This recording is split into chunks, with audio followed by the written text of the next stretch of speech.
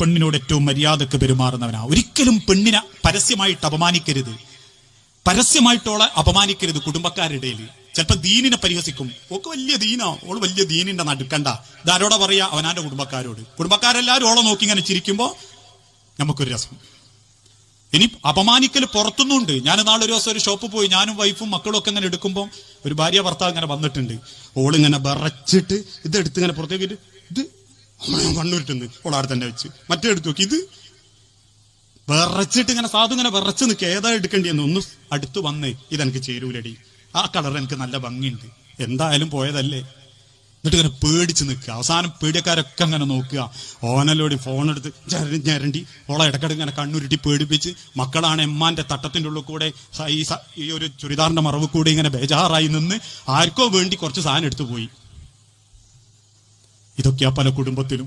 ഒരു പെണ്ണിനെ ഒരിക്കലും പരിഹസിക്കരുത്. മറ്റൊരാളോട് പെണ്ണിനോട് നിങ്ങൾ താരതമ്യം ചെയ്യരുത്. ഞാൻ നിർത്തുകയാണ്, സമയം അധികരിച്ചു എന്നറിയാം. ഒരു സ്വന്തം പെണ്ണിന് ഒരിക്കലും വേറൊരാളോട് താരതമ്യം ചെയ്യരുത്. അതെന്തിലായാലും, ഭക്ഷണമാണെങ്കിൽ പോലും. നബീലിന്റെ പൊരേ പോയപ്പോ എന്റെ ഓളുണ്ടാക്കിയ ഒരു കൂട്ടാനുണ്ട്. എന്നാ പിന്നെ അടുത്ത പണക്കിന് ഓൾ നിങ്ങളോട് അറിയാം, എന്നാ പിന്നെ നബീലിന്റെ വർക്ക് പോയിക്കൂടെ അതിനോട്. അതുകൊണ്ട് ആ ഒരു പെണ്ണിനെ താരതമ്യം ചെയ്യരുത്. നമ്മൾ ഓക്ക് പടച്ചോൻ കൊടുത്തൊരു കൈപ്പുണ്യവും ഭക്ഷണവും ഉണ്ട്, അതിനെ കുറ്റം പറയരുത്. ഉള്ളത് തിന്നുക.